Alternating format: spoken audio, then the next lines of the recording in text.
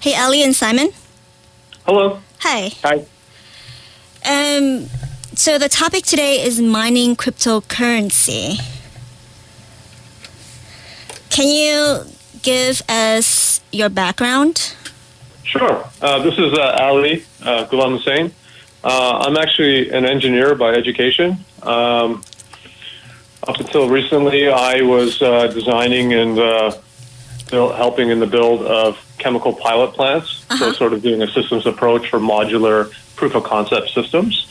And in the last year or so, I've branched off into the blockchain space and mostly focused on mining.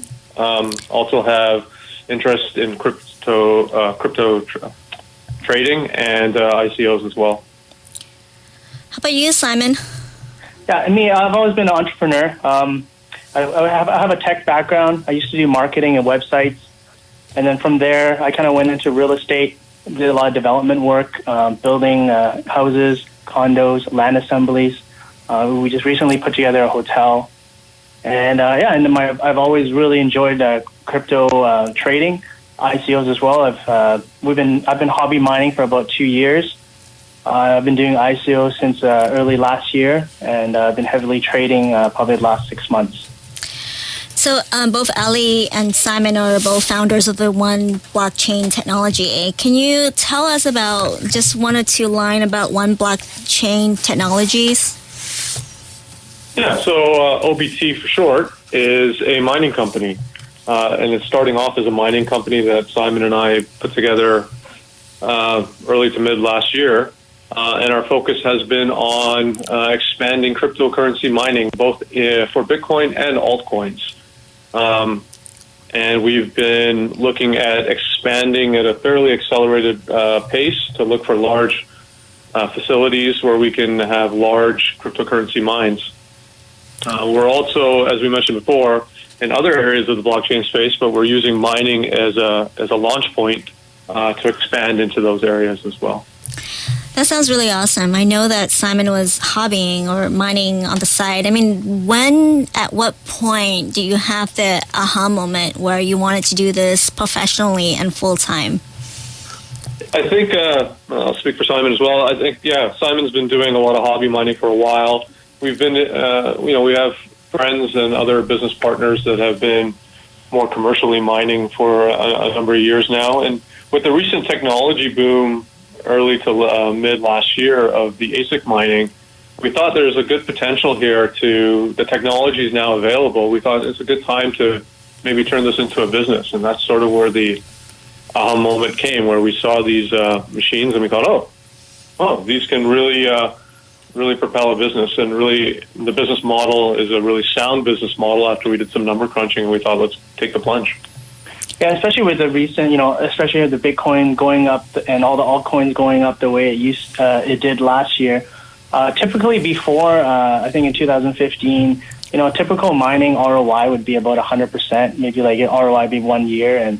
And so it was okay. It wasn't, but once all the coins went up, mid to late last year, the ROI became around 100 days, 150 days, and that's when I really, really got attracted to it.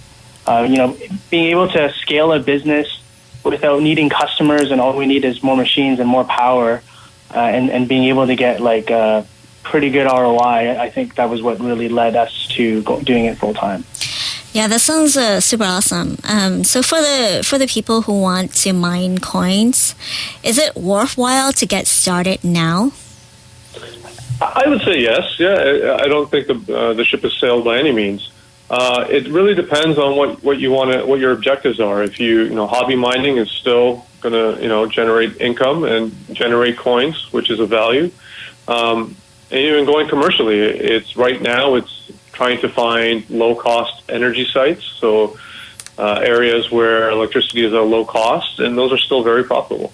So, yeah, I'm even mining my own basement right now, and I'm mining what I'm mining in my basement is still making me more money if I was to have a tenant. Yeah. So and it keeps my basement warm, and so it's not too bad. How much energy is used, and what is the cost to get started? So it depends on the type of machine. So we are ASIC miners, and ASICs are machines that are specific to they're hardware specific to certain algorithms, and they're sort of the industrial grade miner, and they range in power from anywhere to 1,400 watts to as low as 800 watts, and depending on the type of machine you get. And in terms of power, the average cost, I think, in North America is somewhere around 10 cents US per kilowatt hour. So you're looking at about $1.50 to $3, $3.50 per day. $2.50 to $3.50 per day of electricity cost. Wow. One of the things to think about too is that when you're a miner, like Simon mentioned, that you got a few machines in your basement, electricity cost also comes with volume discounts. So that's why when you're obviously a commercial miner with a large amount of power being used, you get a better rate on power. But the typical residential power rate is sort of in that 10 cents per kilowatt hour range, and it varies from county to county. So what is a Bitcoin mining pool? A mining pool is basically the chance. Mining in itself is a competition. And to give you an overly simplistic analogy, if there were 365 mining rigs in the world, and we all owned one, and there was 365 people, then each of us would probably, based on probability, would achieve the reward of mining one day out of that year.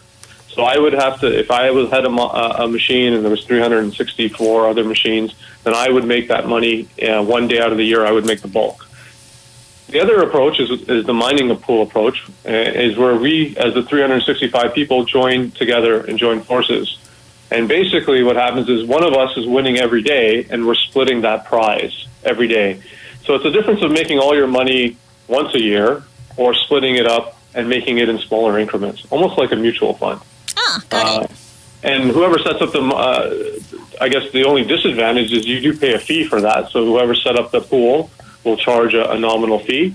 But the good part about it is that you're getting a continuous flow of income as opposed to waiting for when you win the prize.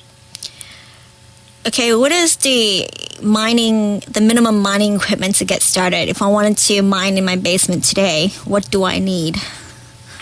So you would need a miner. That would be one thing you'd need in mining. And it depends on how large you're going. If you're talking about one, you would need some sort of ventilation, a little bit of some sort of fan, and you would need some sort of ducting to basically route your, the unit is producing hot exhaust, and you want to keep the unit cool, so you have some sort of fan system. And you would also require an electrical hookup, so you would need to basically have a plug that you could plug into. And some of the ASIC miners now, you can just plug into a regular wall. So typically, you need to change it to 220. Yeah, if you want to have an optimal mining, you want to go at a higher voltage than 120. But, if you had 120 and you wanted to mine and just try it, you could do it. Is that a couple laptop, or do you guys use servers? Sorry? In terms of hardware, do you guys use a few laptops, or do you use servers to mine? We basically just use the miners themselves, and then for our control stations, we actually use a desktop just because we keep it running 24/7. But in terms of the ASIC miners, they're sort of self-contained. Once you do your setup, they're running in the background on their own, and you don't need a second computer. Your computer is just to monitor them and take a look at them, but they're not actually doing any work. The miners themselves are doing the work. Yeah, so maybe to answer your question further, I think the biggest distributor for ASIC miners right now is Bitmain. Mm-hmm. So he basically pretty much just sells you the miner, you plug it in, and you configure your pools and your settings, and pretty much away you go. Of course, there's a lot of people that do GPU mining as well, and that's based off graphics cards. We talked a little bit about that, but that's definitely not our specialty. But you can buy as little as 4 graphics cards, and I've seen people run them as high as 8 graphics cards. And those graphics cards, the good thing about graphics cards is you can pretty much run in any algorithm. Whereas ASICs is currently the main 3 algorithms that you can mine using ASICs is SHA-256, which mines Bitcoin and Bitcoin Cash, Script, which mines Litecoin and Verge, and the D3, which is the X11 algorithm, which mines Dash, Cannabis Coin, XMCC. But if you had a GPU miner, you can pretty much mine any of those coins, but then it won't be at the same hash rate. But for example, like the ASIC miners, you won't be able to mine Ethereum. Coins like that. GPUs are governed by software, so they're a lot more flexible in terms of what you can mine. Whereas ASICs are hardware driven, based on their chip configuration, and they are faster but have less flexibility in terms of what you can mine. So that's sort of the trade-off. Okay, so if people wanted to buy specialized ASIC to mine coins, what would you recommend? If they're looking for ASICs, I would recommend the Antminer ASICs, which are sold by Bitmain. They're sort of the industry standard or the industry leader right now. The ASIC is they do one thing and they do one thing well. They mine coins and they mine coins very fast. But for example, like Simon mentioned, you can't mine all the coins with ASICs. Oh, cool. And it seems like you can get these on Newegg and different places. Yeah, so there's a lot of, you can go directly to Bitmain and purchase off their website. You can also go through, there's a lot of aftermarket people, and you can probably find a lot on Craigslist as well if you're looking. Yeah, I found them on Walmart as well, so that's very interesting. Walmart, really? Yeah. I'm looking at it right now. There's a Bitmain Antminer S914TH. It says Bitcoin miner and power supply included for about $8,000. So, no endorsement at all, right? It's just interesting. Yeah. It's interesting that they're selling off of Walmart. I think that's probably aftermarket. 8,000. Definitely off. That's a lot of money. So, would it be optimal to set up a data center? It really depends on, again, what your goals and objectives are. As a business, yes. And so, because you take advantage of the economies of scale. So, by setting up a data center, and I'd like to call it a mining center because there are some differences between the setup between a traditional data center and a mining center. But if you want to run a lot of machines and generate a high volume business, then you definitely need to set something up like that. And you do get the opportunities of economies of scale because now you're paying less cost for electricity because you're buying in a much higher volume. You're putting in infrastructure that'll be cheaper the bigger you go per unit revenue. But again, if you want to mine in your basement, you can still do that too. Yeah. I would say stick to your basement if you're doing like 10, maybe 20 miners. Yeah. Anything over that, you need a facility of some sort. And, I've in my time, I've seen a lot of facilities. And I've even seen facilities as small as like 1,000 square feet. Even one of our local facilities right now is maybe only 15 to 2,000 square feet. So it doesn't have to be big. It doesn't have to be, you don't have to think of it as a warehouse or anything like that. Wow. Yeah. And once you start mining, how long does it take to get ROI on it? So that really depends on the market and how the coins are doing. Currently, right now, it's taking around 200 days. But back in November, back in even December, when Bitcoin was at 20,000, it was only taking 100 days, or even less, like 75 days. So because there's a lot of websites out there that kind of pre-calculate how much money you make, and all those websites are kind of calculating it on a mine-sell strategy. So what that means is once you mine it, you sell it that very same day. I think that's overall is a pretty bad strategy. Right now, most people, us included, we mine the coins and we hold them so for example, I'll kind of give you an example. Before I was mining Litecoin with my L3, and at that time the Litecoin was only $90 at that time, and my Litecoin machine was pulling in $20 a day at that time. So every 5 days I was getting one Litecoin. And I didn't sell any of my Litecoin, and when Litecoin, right now I think it's like sitting at 175.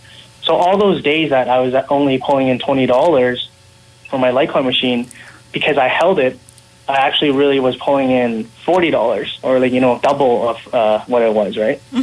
So that's kind of, I guess, the strategy of a mine hold. That's awesome. Yeah, I can see why holding is valuable, especially if you start mining a couple years ago, right? I mean, the prices of coins have increased dramatically. Yeah, even in 2016, I had an S7.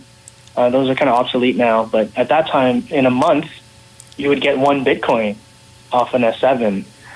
So all those months that I held that Bitcoin, if I didn't sell it that month, if I still had it now, that means that month I made 10,000. So it kind of means that your ROI that month would have already paid that entire machine. But it's kind of hard to calculate. But on a mine sell strategy, it's about 100 to 200 days.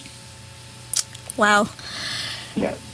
How do we make crypto mining worthwhile if we're just beginning? I think you can make it worthwhile just because you're contributing to the blockchain ecosystem. So, it might, maybe if you only have one machine, it might just be a drop in the ocean, but it's still a drop.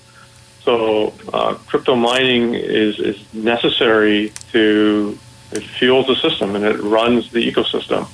So it's worthwhile just to get into it. And at the same time, it's something interesting. I always tell people mining is my foot in the door, because when I first started looking into crypto space, I had sort of a passive interest in understanding it more. But when I got into mining, I really started digging into it and understanding.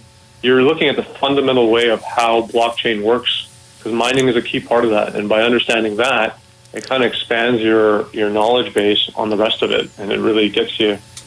It's promoting blockchain for me, anyway. Which coin is the most mined and why?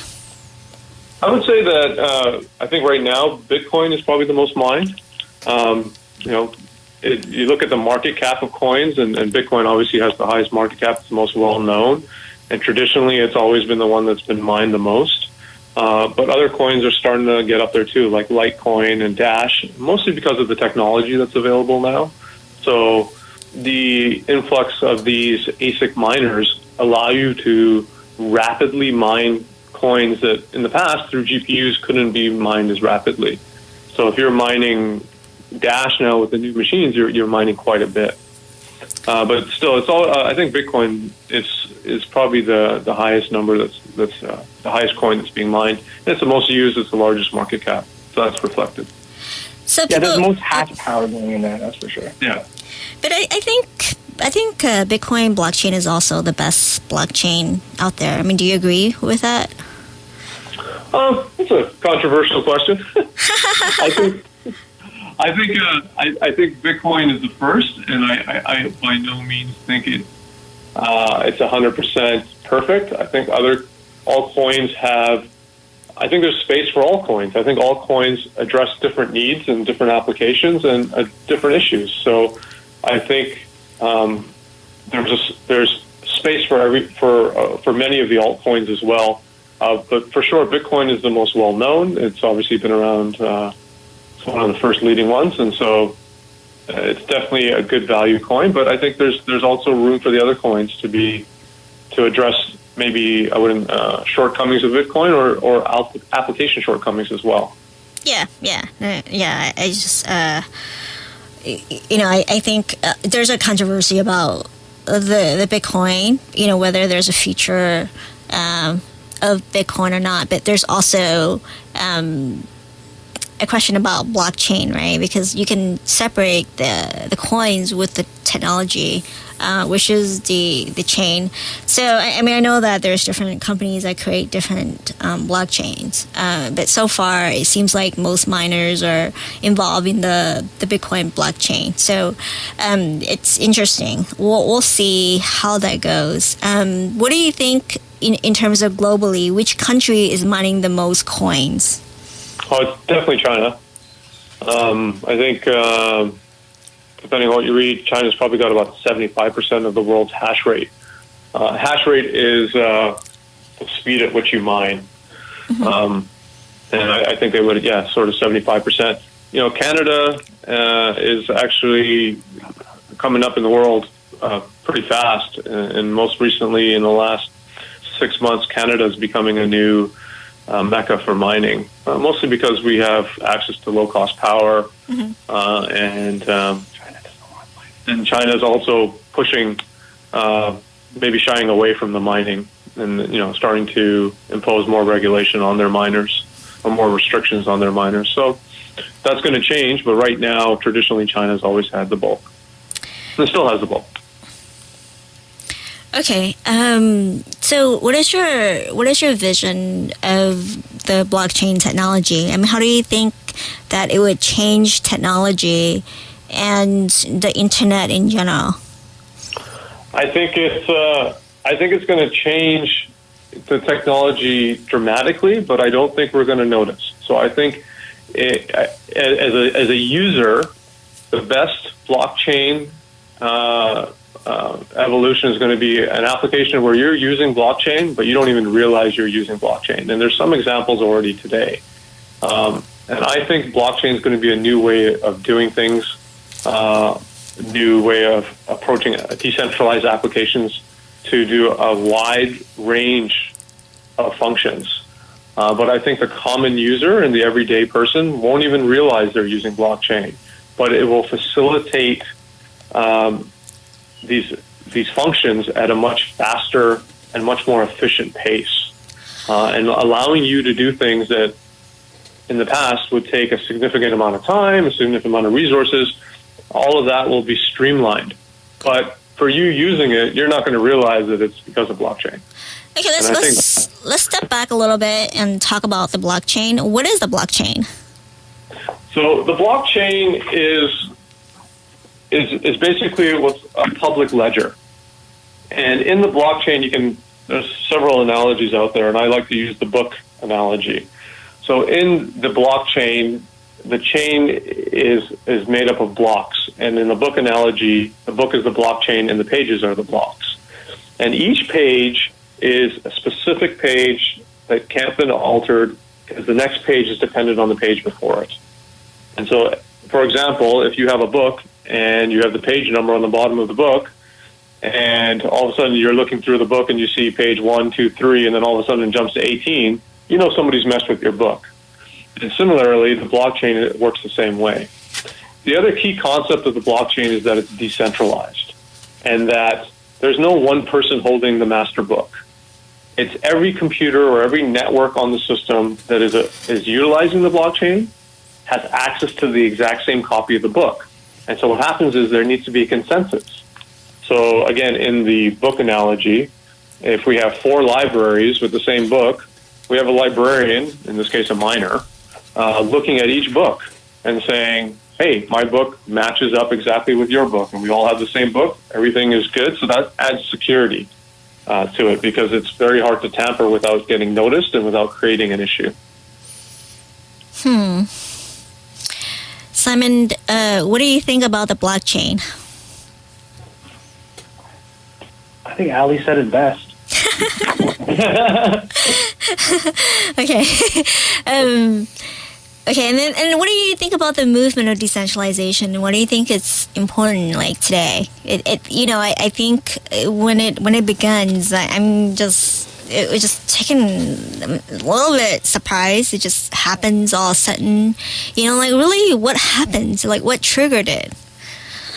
I think what triggered it is a couple of things. So one is it's a new way of programming applications and a new way of conducting or conducting functions. And I think it obviously accelerated quite fast because people found value in doing it. And the value in doing it from a programming point of view is the security I mentioned earlier, the fact that it's consensus-based, and then we're not relying, one of the largest things people promote about blockchain is you're not relying on a centralized system, right? So it's not one keeper of the blockchain that defines and regulate or restricts how you use it. Everyone's got it, and it's decentralized. So we're all contributing to it. And so there's value in that as well. I think what's made it go off is that now there's an influx of, we have this new way of doing things, so let's try to apply it to everything. And does it work in every situation? No, nothing works in every situation. But right now you're going to see a big influx of a lot of things coming out. It's a new shiny way of doing things, and everyone's going to say, hey, can I use the blockchain to do this? Can I use the blockchain to do that? And you see that with a lot of ICOs. where a lot of ICOs are saying, hey, we can use blockchain to write smart contracts for real estate. We can use blockchain to do, video networking or having social media. There's a lot of different things that will come out. And I believe, and this is just my honest opinion, that some of these will prove to be, maybe blockchain wasn't the right approach. But I think a lot of them will prove that, hey, blockchain does make this function a lot better than we have traditionally and a lot more an optimized way of doing things. What are some of your favorite companies right now on the blockchain? I mean, I've met companies that allow you to store property titles, certificates, deed on the chain. I've met companies that allow you to take pictures of receipts of your valuables and then put that on the blockchain. Which particular ones are you excited about? I think security applications for me is an interesting, and security in the sense of like a country's like homeland security. Mm-hmm. And I think that is something that is really intriguing to me from a blockchain point of view. I think it's one of those applications that I think blockchain would do really well on. So you would have a number of machines analyzing all the data and basically mining a coin that allows you into a country, for example, mm-hmm. Or past the security checkpoint. I think that's one of the exciting areas of blockchain. Inventory control is another one, and maybe it's not that sexy as something to do, but I think it's something that the blockchain, again, could really optimize. So instead of having somebody going around and taking, writing on a clipboard all their inventory, everything has a token-based system. And as the blockchain is used to organize all that in a ledger, the public ledger, which is the blockchain, and keep track of things coming in and out, and it has a way of self-checking itself through the consensus of mining. Those are some of the two major areas. And then there's, like you said, there's the real estate and smart contracts with Ether as well is also something that I think will be very interesting as well. Awesome. How about you, Simon? Do you have any ones or use cases of blockchain that you really, really like? I like I'm trying to get into WePower.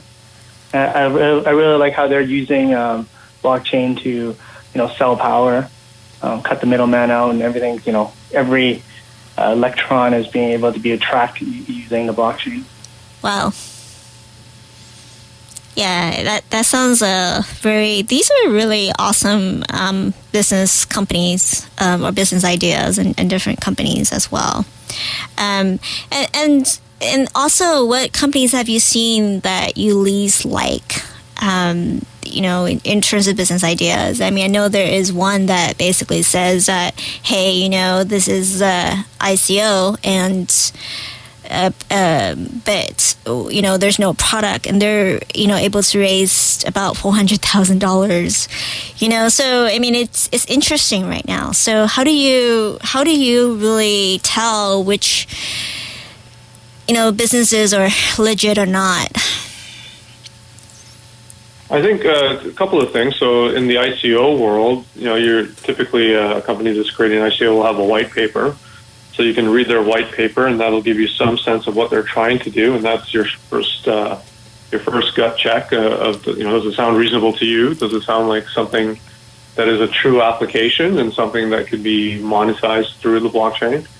The second thing is you also look at the team behind it, and it's any business, whether it's an ICO, whether it's something going public, whether it's like a traditional IPO, or any business, you're looking at the team behind it and who's running it. And I think that, as for me, when I'm looking at ICOs, I'm always, in addition to reading the white paper, is also looking at the team behind it and looking at their backgrounds. And do I feel that they have the caliber to execute on their vision?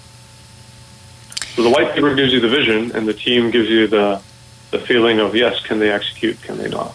Yeah, and do you check their marketing and also GitHub account? Because I feel like there are a number of teams. I mean, there are websites that don't even list the team, and then there are also websites that, when you check their marketing, it doesn't seem like it's active, so how do you, and then, and then if you check their GitHub as well, it's pretty low key, so how, if they're active or continue committing, does it mean, in terms of committing code, does it mean that they're active and they're working on it, or what are some of the nuances that you can provide to the community about, how could you tell if something is a scam or not? Yeah, I think it's a lot about research. And one of the nice things about blockchain, and one of the things that proponents of blockchain promote, is that it's community. And a lot of it is community-based. And so there's a lot of people, either through Reddit or Telegram, where there's a lot of conversations and a lot of groups that discuss these things. Mm-hmm. And you just, part of it is, you're right, if it, like any company, if the website looks sketchy and it's very confusing and it doesn't sound like it's a legitimate thing, then you got to go with your gut on that. But there's other people that are looking at these things as well, and you got to do your research on what other people think as well.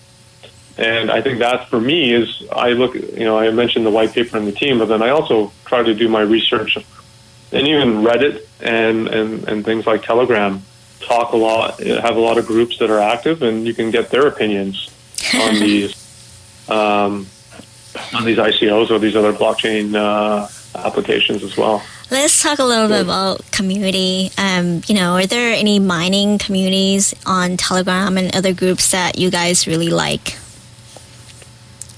There is a mining community on Reddit that's sort of, to be honest, I've been a bit busy, so I've been out of track with it for a while. But there's a lot of information out there, so a lot of people talking about their own experiences, more in sort of the 10 miners in your basement kind of experience.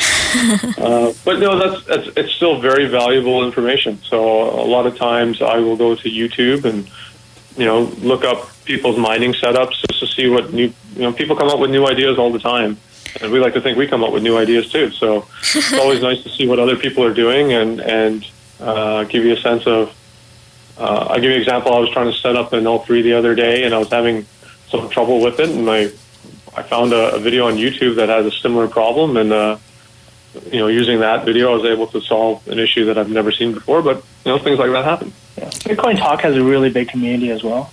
Like, lots of forums in there, and they just talk about, what coins are good. And another thing that's really good about all those communities is like what coins to mine, and the coins there can make master nodes and things like that. So it's quite a bit. Nowadays it's like Reddit, Bitcoin Talk, YouTube. It's pretty much, that's all you really need to get all the information. Yeah, I recently signed up for Steemit and in a Steemit account, and seems like I think I was finally approved like recently in the last 3 days, so I'm super excited about that. But in terms of giving value to the community, like when you join a community, like what do you recommend? Of course, community leaders want to avoid spam, right? And yet there are content creators that want to just share their information, and then there's just normal people who wants to get information or ask for information. And what are some like best practices in participating in a community? Yeah, I think best practice is always be respectful. That's right. And it depends again I know sometimes I'm more of a reader than a contributor, which I should always try to contribute more. But I always feel that if you're getting something out of it, you should try to contribute something into it. So that's my best advice: is that you're on these, if you're on these communities to learn, and this community is helping you, and you should be able to, for example, if this community has taught you how to set up your miners in your basement, share that experience with them. Those experiences will help somebody else set up a mine in their basement. Yeah, that's awesome. So at Laptop Radio, I know that we have a YouTube channel and that archive all the talks, and also have a Telegram, it's just laptop radio community there. And I just feel like for the first time in my life, I feel like, a lot of the conferences are, super expensive, right? They're like 500, 1,000, 2,000. And the decentralization movement is really about community. It's about being connected, right? So, and I feel like that access to information, is so costly. And that's why I decided to share information and, organized talks with the community, because I feel like it's super important more than ever. And that is really part of the spirit of the blockchain decentralization movement. For sure. That's you definitely touched that point there. It's about a community-based system where we can all work together to achieve something without having to go to middlemen and corporations and things like that. Do you think that spirit will survive like 5 or 10 years from now, or do you think that corporations will take over the blockchain and make it commercial? I think corporations are going to definitely try to get their hooks in. Again, this is just my personal opinion, and I think there's always going to be some pushback on that. But I use the internet as an example. The internet started off as a lot of people just putting ideas on the web, and obviously corporations have started to, muscle their way in there. And I think that's going to happen with blockchain too. But I think at the same time, the fundamental spirit of the blockchain is this decentralization. And so I think while corporations may push it forward, I think people will still have a lot more, maybe not power, but maybe control or I guess maybe control of what they're doing with it. So I wanted to discuss a little bit about in the heart of decentralization, it's really identity and power of each person, and how this person has a choice, in whether investing in a coin or a project that they believe in, right? I mean, I call that distributed investing, or creating. You're using the technology, so that people could be involved, right? I mean, I see security companies or antivirus companies that allow security experts to solve virus problems. I've seen just different, where the company is dependent on the community to resolve an issue. So that, I've seen a lot of those business models, right? Do you think that that they will work, or do you think that there are people, that will hack the system? For example, an antivirus expert may create more virus so that they can be paid, right? I mean, how do you think that would? Do you think that kind of program would correct itself? This is an interesting question. I think, again, with the way the blockchain is set up, that it becomes a sort of consensus-based, through mining or proof of stake, it becomes a consensus-based checks and balances. So I think there's always going to be opportunities to exploit, or people will always try to find opportunities to exploit. But I think the blockchain, the way it's configured or the way it's designed, makes that more difficult.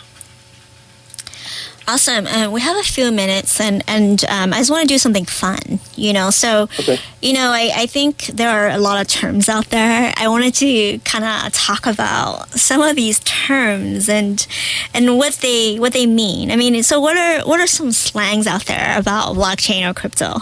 Sorry, what's some slang? Slang? Yeah, like hodl, right? It's hold or hold position, right? Like, what are your favorite ones? I'm a fan of FUD. Yeah. Fear, uncertainty, and doubt.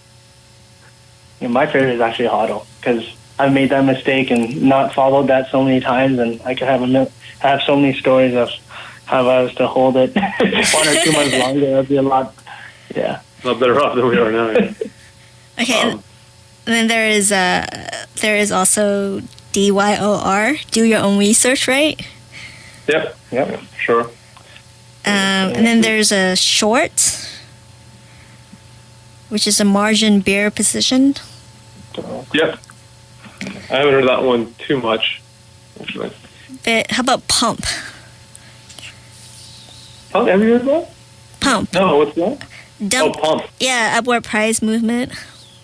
Oh, yeah. So pump is, yeah, I guess that's basically, it's somebody, there's a lot of, it's like like a stock, right? There's a lot of people promoting it just to pump up the price. That's always, always a risk in any venture. Yeah, and then... What about FOMO? Yeah, what does that mean? Fear of missing out.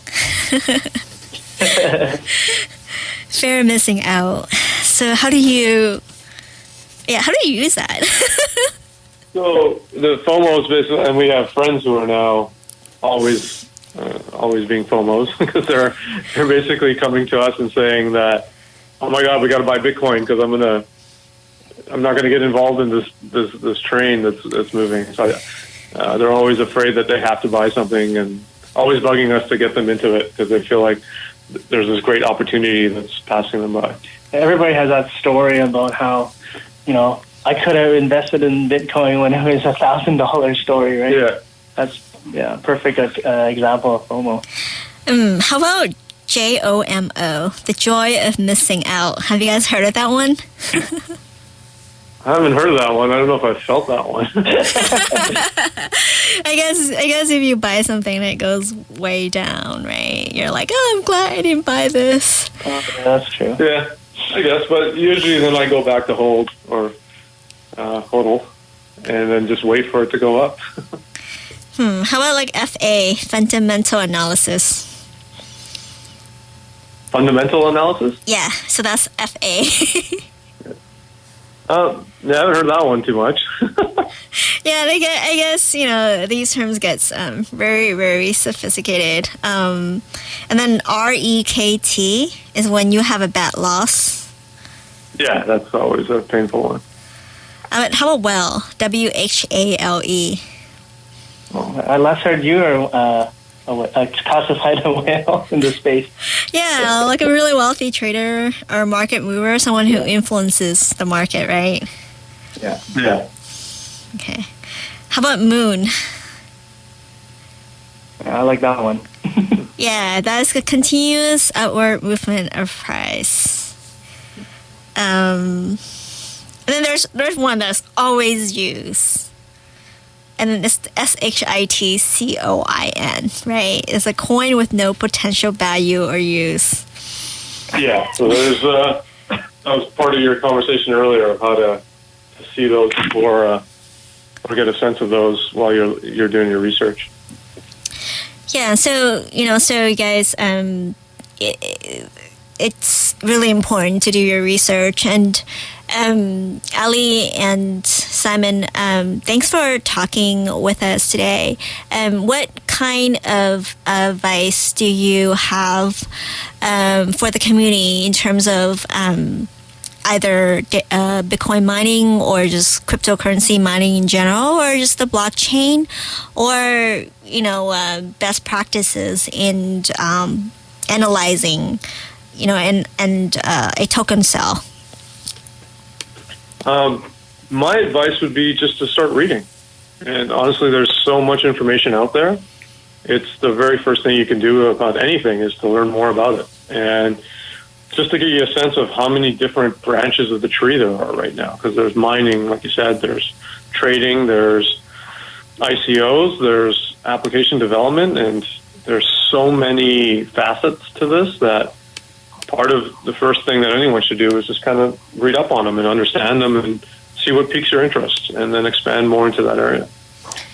Yeah, the advice I have for mining is make sure you create your entire budget before you pull the trigger, because the first time I started mining, I jumped on it really fast, and there's a lot of things I had to learn in a quick amount of time. So I think it's super important that you understand what you're getting into, like what the power costs are, what the power upgrades are, how much power does your power panel have, the cores that you need, everything. I would say budget it and put it on a piece of paper before you set up. Cryptocurrency mining may look easy, but it's still a good amount of work.